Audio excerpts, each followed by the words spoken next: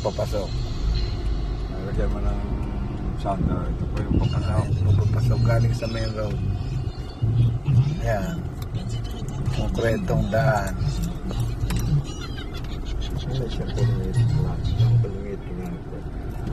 3.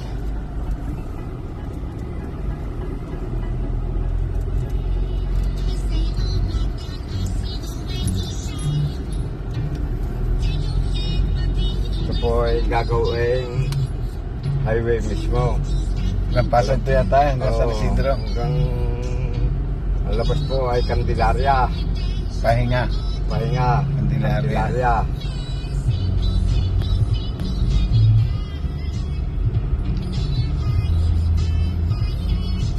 Medyo rough road pang Kaputong dahil ginagagawin pa nga. Gagaling naman ng poste. O, kaya nilagyan ng poste kaya. Oo.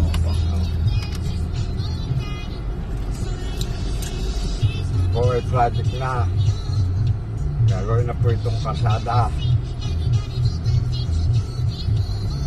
Po, inuna lang po rin mga poste ng Meralcao. Yan. Kagaganda ng poste. Marpat ng kalimit. No? Oo. Sadyang pang ano na, pang highway na.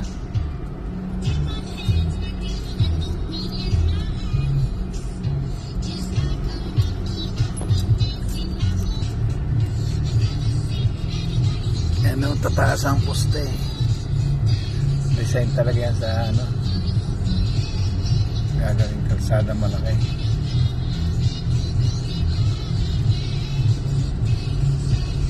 Ito na madilaw na ito.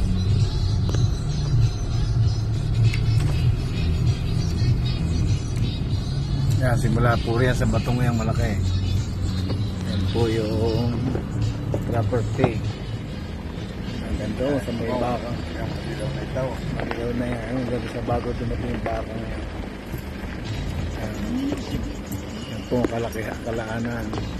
Kasama rin kabilang ako. Kabilang kalsada. Yan doon sa tabi ng bahay. Yan po.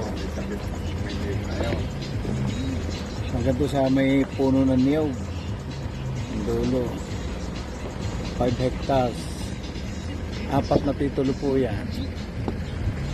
Magkakatabi. Isa po may ari. Isa lang ang may-ari.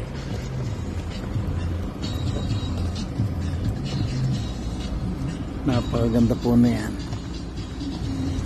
Ganda siya pa dito ng nakara.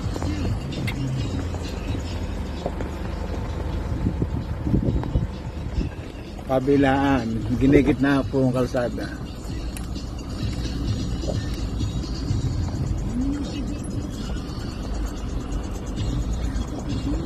Yan, ganda sa tabi ng bahay na yan. Sa may niyogan. Kalsada mo na. Ha? Kasi ako po na kung dito kalsada. Yan, kabilaan po yan. Kasama rin yung kaliwa at saka itong kanan.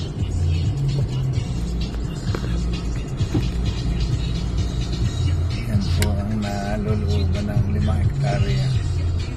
May kalsada sa gitna. Paluluwangin po yung kalsada sa lubungan. Yan.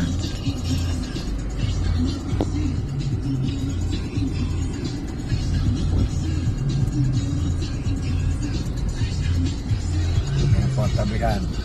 Tabihan din ang bahay na yan.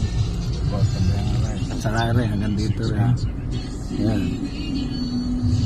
Yan po ang tabihan.